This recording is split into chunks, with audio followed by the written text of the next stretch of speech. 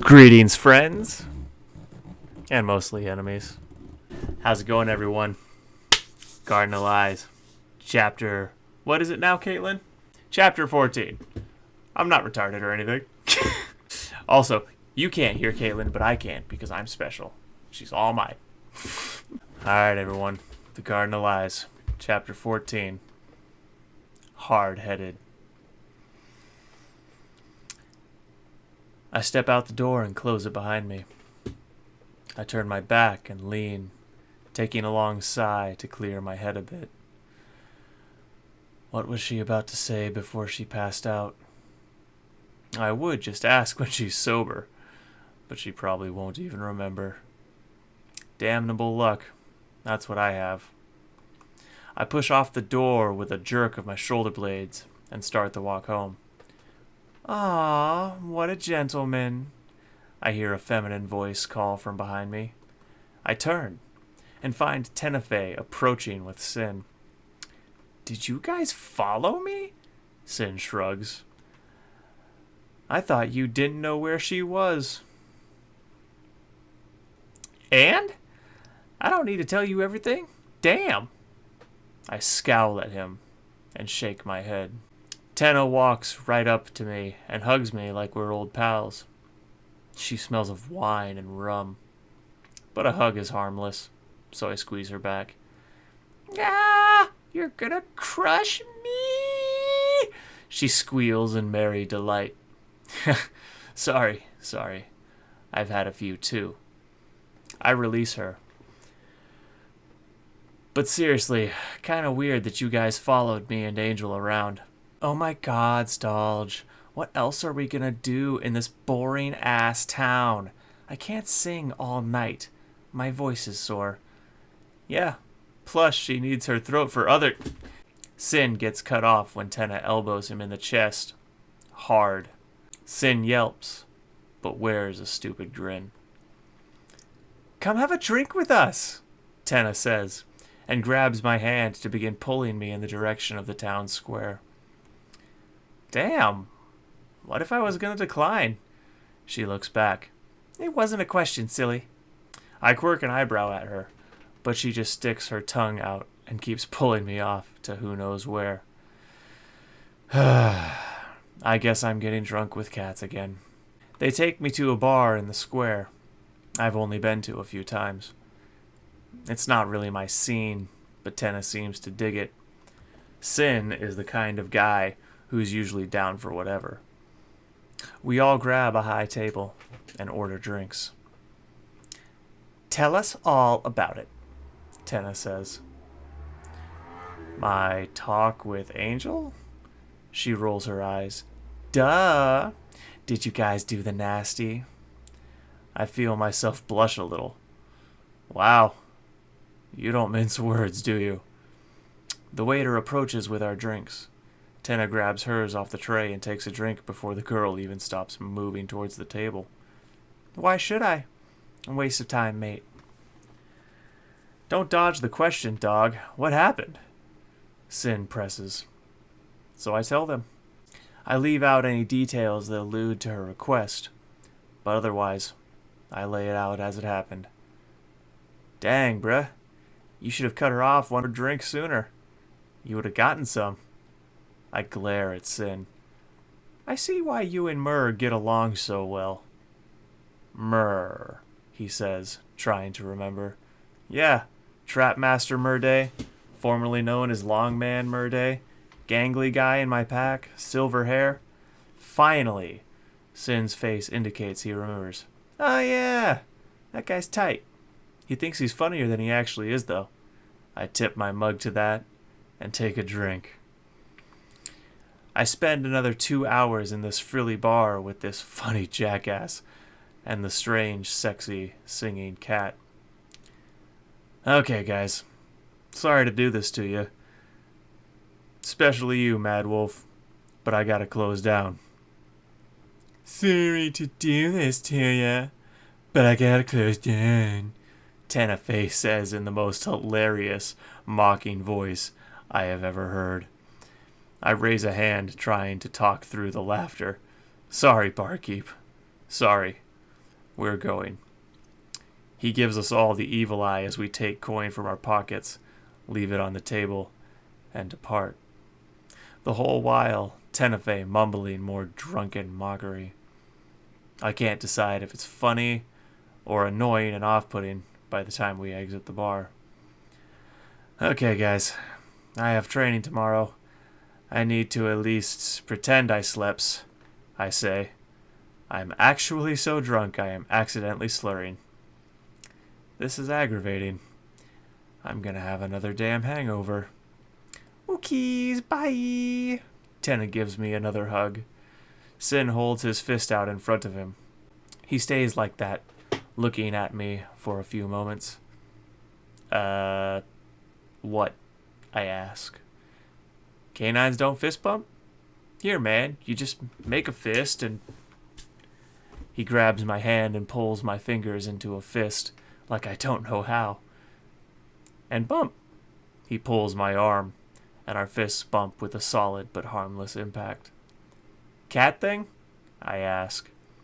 Yeah, I guess, if y'all don't do around here. I nod. Cat thing. Noted. I turn and raise my hand overhead to wave goodbye as I walk into the darkness of the late-night city. I've been getting drunk a lot lately. As I walk home, I decide to use this time to consider what's been going on the past week or so. My life went from slow and steady to whirlwind in what seemed like an instant from where I stand now. Angel is a free human, but that isn't good enough for her. She wants all humans to be free. She wants me to betray an empire to do it. She insists I don't know something important that would totally change my mind, but for whatever reason, she can't tell me. My pack is poised to rise to the elite ranks of the Canid military.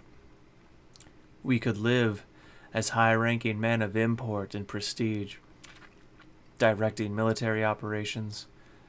A life spent keeping the peace and hunting ripjaws doesn't sound so bad. Until I remember that includes slave raids, hunting fugitive humans whose only crime is escape, and quelling dissent with overwhelming force. The shaman hoard any history about our planet or the dead world for themselves. Does Angel know something I don't know? Is she aware of some great truth that would make this choice obvious? Or is that all a lie to enlist my help? She's obviously desperate to be saved from her perceived plight. But is it real? The voice in my head, these dreams, these headaches when I wake up from them.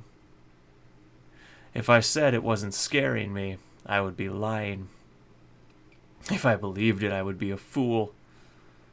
The Dark One. Until the day I saw Angel getting whipped, my dreams were normal. Or at least not this insane. Now it seems every night I hear the laughter. I see flashes of people and places I have never seen. And every couple of nights, I see him. It? Not sure that thing in my mind has a gender. I would ask, but it would just call it an inane question and ignore it. That's right. I would. I hear the voice whisper in my right ear. I spin on my heel and throw an elbow in defense as I turn, but nothing is behind me except the open street. The laughter starts echoing now. My heartbeat rises. I breathe and slow it down, centering myself in the moment, in the sensations in my body. I continue my walk home. Damn it all. Am I going insane? I haven't even considered that assassination attempt yet. It can't be a coincidence that it happened so soon after all this other stuff started. But what is it connected to exactly? My gut says it's somehow connected to that shaman, that deep-fried Aryan and his pack. But what if I'm wrong? What if it's the anathema loyalists out for blood? What if it's related to Angel's request? What if I haven't even been made aware of the source of that attack? I would say I need a drink if I wasn't already halfway to blackout. Another thing. Why is Engiel acting so strange about all this? That last conversation we had was so uncharacteristic for him. Now that I think about it, that alone lends a little more credence to what Angel is saying. The elders take solemn vows to serve the interests of the Empire, the nation they dwell in, and the city or village they preside over. In that order. Keeping that in mind, it stands to reason Angel might really know something that threatens the Empire. But then why is Engiel not turning her in?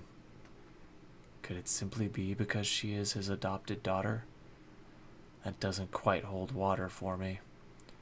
Engiel has always passionately spoken of duty, honor, and loyalty as some of the highest virtues. That in mind, only one explanation makes sense to me. Engiel knows what she knows, but won't act because he has loyalty to the Shaman Empire he won't betray. That thought chills me. It also brings me back around to the attempt on my life. If Angel really is a threat to the Empire, my contact with her is almost certainly why I was targeted. But then why is she safe and sound? So perhaps there really is another reason I haven't figured out yet. The thoughts occupy my attention until I arrive at my house in the wee hours of the morning. I waste no time stripping out of my clothes and collapsing onto my bed in my room. Didn't see Pogs on my way in, but I can hear him breathing in his room down the hall. I drift to sleep, hoping I don't run into the entity tonight. I wake to the sound of an impact downstairs. I look out my window. It's still dark. Judging by the difference in the moon, I was asleep an hour or two. Maybe another 2 hours till dawn. I hear something moving downstairs. Gray is here with me, staring intently at my bedroom door, a low rumbling growl in his chest. Steady, old timer, I say, and rise and pat his head. I quickly and quietly don my pants and grab my swords from the corner by my door. I'm about to open my door when it begins swinging open. I draw my blades expecting the enemy, but I smell Pogs on the other side. Then I see his long black hair covering his hazel eyes. I sheath one blade so we can communicate silently with hand signals. I take point with my blades and give him my knife. His warhammer is ill-suited to indoor combat. We proceed down the hall and round the corner to descend the stairs. We do our best to move quietly, but these old stairs creak even under a child's weight. As I descend, I see one figure barely visible in the moonlight from the windows, laying still and prone by the hearth. Once I am a little further down and the wall of the stairwell gives way to the rail, I see another figure in our kitchen digging through our cupboards. Thieves, it seems. But why is one lying down? Wait a second. I inhale through my nose, and realization dawns. I continue to move quietly through space. Once we are free of the stairs, Pog splits from me to cover the prone figure. With a hand signal, Gray waits obediently at the bottom of the steps. I sheath one sword, the old blade slipping silently into the scabbard, and with a fluid motion swiftly lunge forward and put my right sword to the invader's throat, seizing a handful of hair with my free left hand. The figure goes stone still. Is that your sheath poking me? Or do home invasions excite you? Tenefe asks with a seductive feminine lilt in her voice. What are you doing in my home, Tenna? I ask. I don't mind the hair pulling. In fact, you could pull a little harder if you want, but the blade is a bit much for cute little me, don't you think? I simultaneously scowl and blush, but remove my sword from her throat. I do not free her. I'm serious, Cat. What are you doing here? And is that Sin I smell? It's him, boss, Pogs answers for her. He's passed out. Drunk. What a bitch. Tenna laughs at her own remark. I sigh in exasperation and release her. Pogs, drag his drunk ass out of my house, please. With pleasure, boss. Tenna turns on me and makes eye contact. Speaking of pleasure. Before I can react, she has taken my face in her hands and pulled me into a kiss. At first, I don't know what's going on, but after a second, I drop my sword on the ground, forgetting what I was doing. She moves her lips slow and presses into mine with sensual force. My hands instinctively move to her hips, and I pull her into me. Occasionally, she bites my lips or flicks them with her tongue. I follow her lead, which seems to excite her. My hand crawls up her low back under her shirt to the soft, smooth skin there. Under my fingers, she feels feverish. Boss? Is this how we're supposed to deal with home invasions from now on? I jerk in surprise and turn my head to see Pog staring at me deadpan. I use my hand still on Tenna's hip to gently push her off me. Right, yeah. Sorry. Tenna, why did you break into my house again? She giggles. The inn got boring. Me and Sin wanted to come hang out with you. She says it with such simple conviction. Uh-huh. And why did you kiss me? She feigns looking wounded by my words. Would you rather I have not kissed you? No, not necessarily. It's just, well, she smiles ear to ear. That wasn't your first kiss. Her voice tapers off like she knows the answer. And if she didn't before, my reaction betrays me. She smiles again. You're too handsome to have not been with a girl. What's wrong with you? Do you like boys? What? No! Would I have kissed you back if I did? Why do girls keep asking me that? She laughs a little again. Yeah, I guess that's true. She files around me and does a sort of hopping prance over to my carapace rug before plopping down on it and snuggling into its dense fur. Me and Pog stare, at a loss of what to do. She's obviously far too drunk to send away. I guess we have guests, Pogs. So you want me to bring Sin back in? I think about that for a moment. Nah, that drunk idiot dumped rocks on my face. Let him shiver. Pogs chuckles and nods agreement. What about me? Tenna asks in a fake whine. I scowl at her, and she grins back. You can have my bed. I'll sleep down here. Pogs, show the lady to her room, please. He nods and goes to pick her up, but she bats him away with an arm. She rises from the floor and walks over to me in a way so feminine and sultry, I consider pulling her into a kiss this time. She places her index and pointer finger on my chin. I guess you only carry cute little redheads to bed. She pouts as she runs her soft finger down to my sternum and pushes into me a little bit. But being as I am a head taller and at least 60 pounds heavier, not to mention more sober, she only succeeds in pushing herself back. Somehow, she still makes it look good. Me and Pogs watch with great interest as she walks up the stairs in her form-fitting black cotton pants and shirt. Then he stares daggers at me. I will tell you all about it in the morning. That softens his features a bit, and he turns to go to his own room. I go lie down on my trophy rug and hope I manage to get some restful sleep at some point this week. The gentle rays of the western sunrise wake me from my slumber. More laughter, more flashing images. No dark one this time. I don't know if the headache is more from the dreams or the hangover, so I err on the side of caution and proceed to the kitchen for water and breakfast. About halfway through loading my plate with cheese, bread, and sausage, Pog starts down the stairs. He joins me in the kitchen and stares me down from the other side of the island.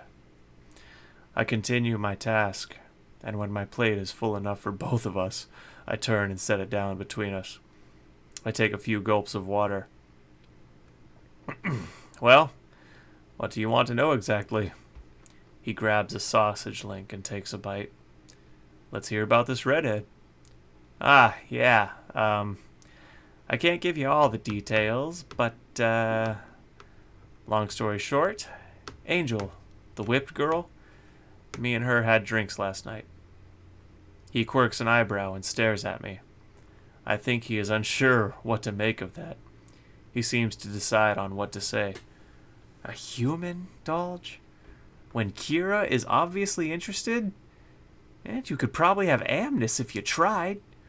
But a human instead? Huh. I sigh and raise my left hand to rub my brow. Look, man, it's not like that. Nothing physical happened. She just wanted to talk. But you carried her to bed. Yeah, that happened. He spends a few moments digesting that. There's something you're not telling me, old friend, he says matter-of-factly. I clear my throat, nearly choking on bread.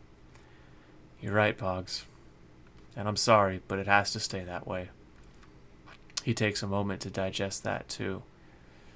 You're out, lead direwolf. I defer to you. Damn it, he's mad at me for holding out on him. But what am I supposed to say? Yeah, man, this cute redhead that is haunting my dreams asked me to fell our empire for her.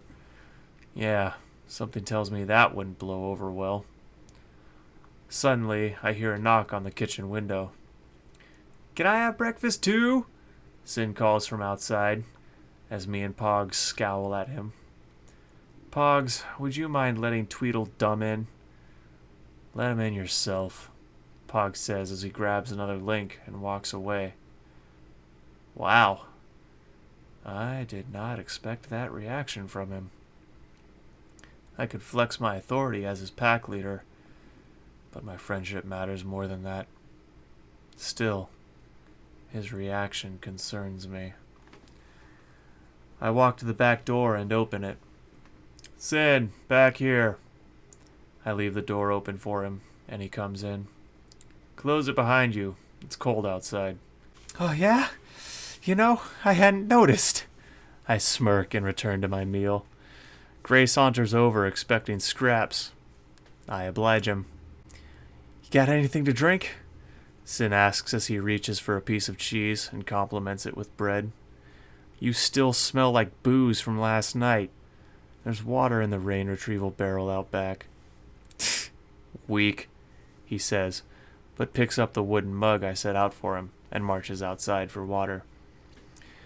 I finish my plate and walk upstairs to see if my other guest desires nourishment. I rap on the door lightly with my knuckles. Come in, sounds a pleasant and alert voice. When I open my door, the first thing I notice is Tenefe is completely naked. As I raise my hand to cover my field of vision and drop my eyes, I also see a plate with crumbs on it. Ahem. I came to see if you wanted breakfast, but I see you raided my kitchen before I woke up. Yeah, I'm actually pretty stealthy when I'm sober, mate. I hear the wry smile in her voice.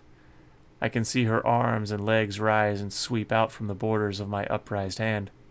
Say, why did you say come in if you're totally naked?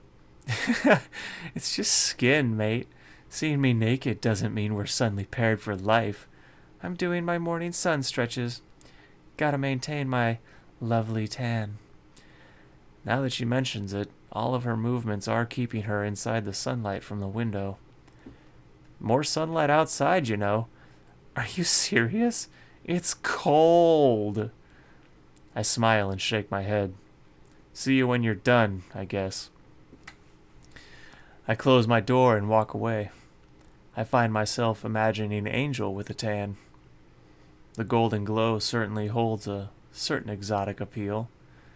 Then my mind wanders to Angel doing naked sun stretches, and I have to clear my mind before I get a little too interested in the chain of thought. I spend the next hour or so wandering about, doing chores and keeping up on the work needed to maintain a household. I'm just finishing replacing a few of the cracked wooden shingles on my roof when the first of my pack begins emerging out of the hazy distance. I stand and sound a welcoming howl. I hear it return from 3 different locations. Amnes and her crew are walking alongside mine. It seems we are building a certain level of familiar camaraderie. I clamber down from my roof, the task made more difficult by the absence of a sturdy ladder of sufficient height. I see the first of the 3 groups is comprised Steer, Kira, Lyra, and Amnes. The 4 of them look like they're engaged in serious conversation. I perk my ears. And that is why pinning your enemy to a body of water is the superior option to a flank, I hear Amnes say. That makes no sense. A body of water is still a potential escape. Better to flank them and wipe them out, Stir argues back. I walk up to greet my friends. The superior choice is actually governed by circumstance and goals. Both have their pros and cons, I say sagely. All 4 of them glare at me. We were trying to decide which one is objectively better most of the time, Lyra clarifies. I keep trying to tell them it's not a question that has an objective answer, Kira says to me. I point a finger at Kira. See, this girl gets it. Oh, shut up, Dirty D. You've been taking her side about everything since you got out of the foxhole, Amnes complains. I shrug. Only because she's right, I say, smirking. Why, thank you, kind sir, Kira says in a refined accent. But of course, madame, I reply. For the love of blue, get a room, Lyra groans as she trudges past. The rest of us laugh at that. I send Sin and Tenna away before we get to training. Tenna might be a civilian, but Sin is competition.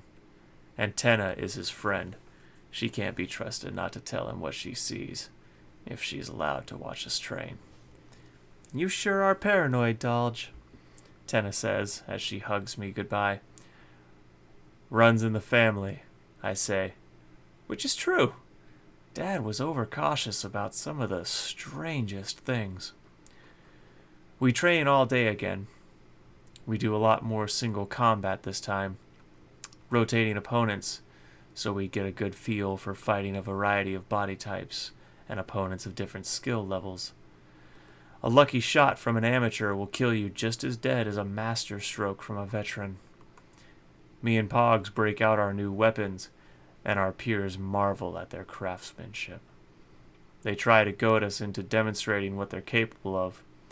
I refuse and order Pogs to do the same.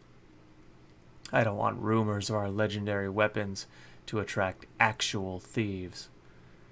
The combat rotation takes me through Kira, Murday, Class, and Lyra, all before I get to Amnes.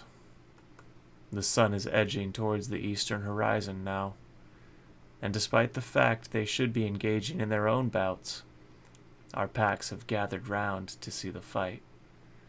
The memory of a hard kick to the face and the taste of dirt fills my mind as I draw my blades and take a side profile stance. The blade of my right hand low and angled up, and the blade of my left held up near my face and pointed at my friend. "I remember when I taught you that stance," she says as she takes a different dual weapon fighting stance, one she has not taught me. Her right sword crosses her body, her left is held out and down behind her, almost like she's trying to keep it just out of my view, as she stands at her 45-degree angle to me. "You've taught me much, old friend," I say, nodding slightly. "So serious and somber, as if this was to the death," she retorts with some confusion in her voice. I shake my head. "Nothing of the sort, Amnes. I simply respect you too much to take you as anything but seriously in a fight." She smiles lightly. "How very much like you," she says. Then, as if her last word was the cue to begin, and her legs were springs under tension, she lunges forward with grace so refined and absolute it is nearly alien to behold. Her leading blade sweeps at me from the right. I catch it with my blade and angle her down into my crossguard. She simultaneously sweeps up from behind with her other blade, and I thrust my own blade down to intercept it. I manage to catch both her slashes, but she knows she can't win in a contest of raw power. So she lets her arms go limp while she jumps into the air towards me. My reaction is a bit slow, and she knees me in the jaw. I stumble back and barely get my eyes back on her in time to begin blocking and parrying a series of thrusts and slashes. I have power and bulk. She has speed and grace. So naturally I am forced to gradually give ground or suffer injury. As we dance the dance of steel and death, I quickly realize that new stance is not the only thing she has been working on. She has come up with various parries and spins that I struggle to keep up with. Often, giving ground is my only option. As the fight drags on, I notice I have one more advantage. I seem to have more stamina. I've collected quite a few nicks and cuts while she remains untouched, but her form is getting sloppier by the minute now. She's used to winning fights quickly. I am not. She comes in running, and then jumps to the side in a spin that would take my head off if I let it, but her exhaustion has slowed her down too much. Her spin leaves her open, so I duck her blade and tackle her, discarding my right blade. She lands flat on her back, and I quickly scuttle up her frame to try to restrain her, claiming victory. But she sweeps at me with a blade, and I have to catch it on mine. She tries with her other blade. I expertly catch her wrist.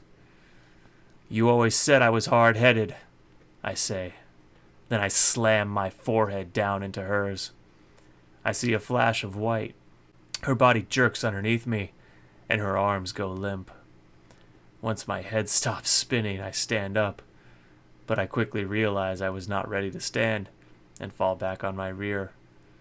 My pack is cheering. Kira runs to Amnes's side, asking if she is okay. Amnes gets her elbows underneath her and props herself up a bit to meet my eyes. "Hard-headed," she says. "Yeah, always have been," I say with a grin. She begins chuckling. I follow. Before I know it, everyone is laughing. Not a bad way to finally beat her. Not bad at all. Garden of Lies, Chapter 14. Hard-headed. Next week, Chapter 15. If you can't be good, be careful. As always, thank you all so much for being here. The links to buy the book down in the description. The other channels linked in the About section, the links to the other channels and our fellow adventurers at the bottom of my channel homepage. Check out my other videos. Check out my friend Caitlin. Check out IYFA if you like slice of life and reaction content. Check out our weekly podcast over on Adventurous Publications if you like comedy mixed with a slice of, well, everything. Thank you for being here. I hope you're having as much fun as I am. Welcome to Garden. Look to the skies, traveler.